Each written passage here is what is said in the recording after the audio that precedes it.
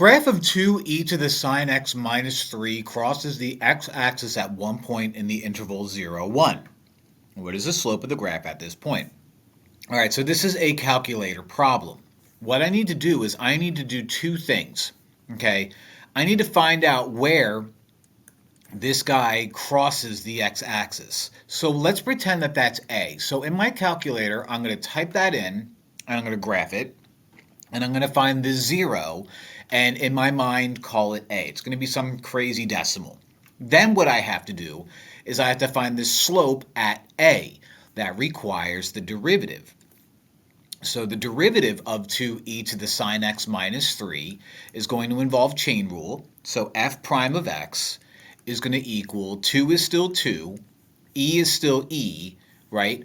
Take the derivative of the inside, which is, we'll keep the inside first off, let's do that, and multiply everything by the derivative of the inside, which is cosine.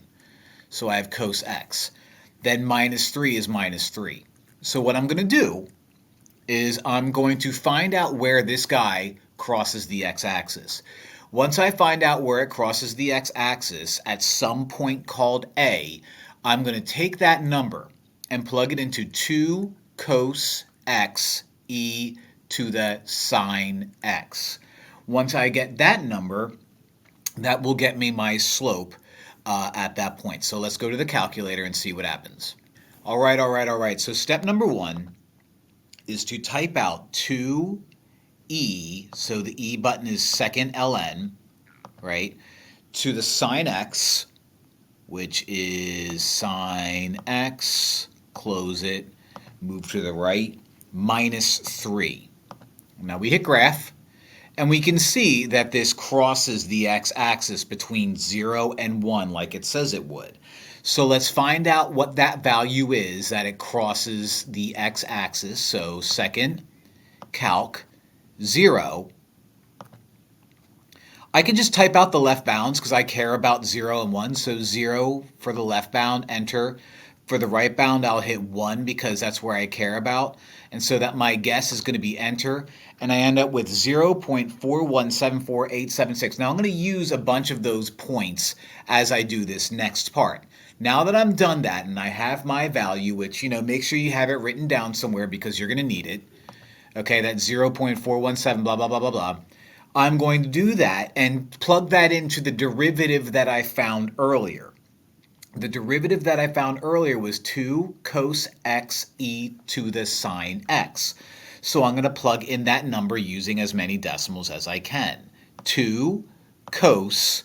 Now that number was 0.41749, 0.41749, okay, times, I just like to put the times there because it just separates everything, e to the sine x. So e was there, okay, sine of that same exact number, 0.41749, close it,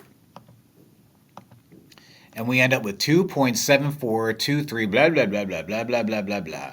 So let's round that off and find out which one of our options seems to match that nicely. All right, so after all of that, we found out that at that point, that A value was 0.41749.